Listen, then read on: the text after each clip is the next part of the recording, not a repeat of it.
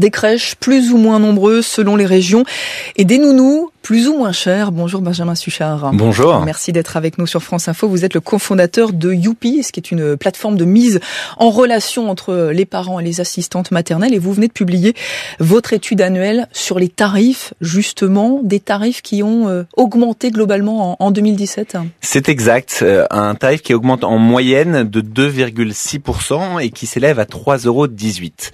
Mais cette augmentation, elle est normale. Et figurez-vous que c'est un effet indirect de la baisse des cotisations sociales qui a été décidée par le gouvernement. Alors pourquoi ? C'est-à-dire, ouais. Oui, je vais vous expliquer. C'est-à-dire que normalement, quand vous êtes un employeur, vous payez la même chose. Le salaire brut est identique, peu importe les cotisations. Ici, les cotisations, elles sont prises à 100% en charge par la CAF. Ce qui fait que quand vous diminuez les cotisations, ça va automatiquement faire augmenter le salaire net. Et comme les cotisations sont prises en charge par la CAF, c'est les parents qui payent cette augmentation. Et donc, on observe que sur les 2,6% d'augmentation, il y a à peu près 1,1% dont la cause est cette baisse des cotisations sociales. Il y a des disparités régionales aussi dans les tarifs. C'est exact. Vous avez par exemple la Normandie avec une moyenne de 3,02 quand la Corse a une moyenne de 3,68 €. Donc des grandes disparités qui sont liées finalement à la capacité d'accueil qu'ont les différentes régions. Qui dit forte capacité d'accueil dit tarif plus bas. Lorsqu'il y a une tension sur le marché de l'offre et la demande, eh bien les tarifs augmentent. Mais c'est aussi la raison pour laquelle les tarifs augmentent, parce que les assistantes maternelles ont du mal à joindre les deux bouts. Vous savez, quand vous avez un agrément qui ne permet d'avoir qu'un ou deux enfants lorsque vous commencez le métier, c'est très difficile de pouvoir avoir rien que le SMIC. C'est donc une augmentation qui est nécessaire pour les assistantes maternelles, d'autant plus que le coût réel pour les parents, lui, est bien moindre. En tant que parent, vous avez des crédits d'impôt, vous avez des aides locales et des aides de la CAF, qui généralement fait baisser le coût de garde à environ moins d'€1 de l'heure. On va faire la distinction entre les nounous à domicile qui se déplacent donc chez les parents et les assistantes maternelles qui ont un agrément pour accueillir les enfants chez elles directement. Est-ce que ce sont les mêmes tarifs ? Est-ce que c'est le même fonctionnement ? Alors, c'est très important. On parle de nounous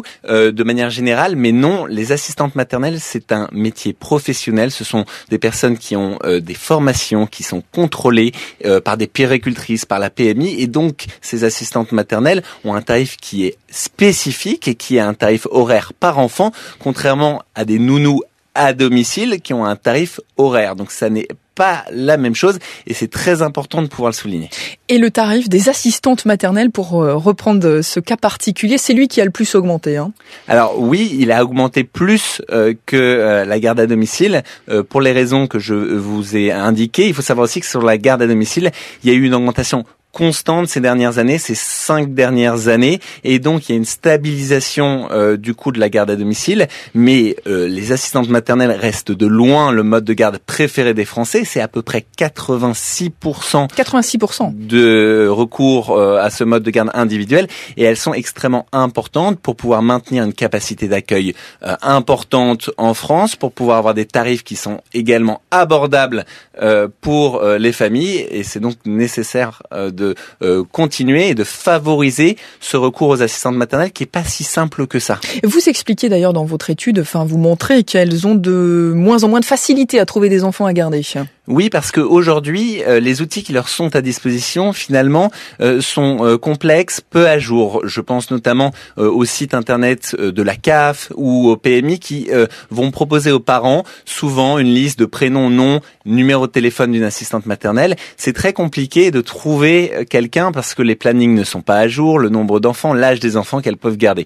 C'est la raison pour laquelle le développement d'outils, notamment informatiques, qui permettent de savoir combien de places sont disponibles, d'avoir des références et des avis d'autres familles, d'avoir aussi des motivations. Par exemple, on a beaucoup d'assistantes maternelles aujourd'hui qui ont recours à la méthode de pédagogie Montessori. Eh bien, tout ça est important, et plus on facilitera le recours aux assistantes maternelles, pas simplement le fait de trouver quelqu'un, mais ensuite toutes les démarches administratives qui ont lieu lorsque vous devez embaucher une assistante maternelle, eh bien, plus on fera ça, mieux finalement tout le monde se portera restera avec des capacités d'accueil pleines, des tarifs abordables et des assistantes maternelles valorisées. Mais justement, vous évoquez aussi un manque de reconnaissance de cette profession.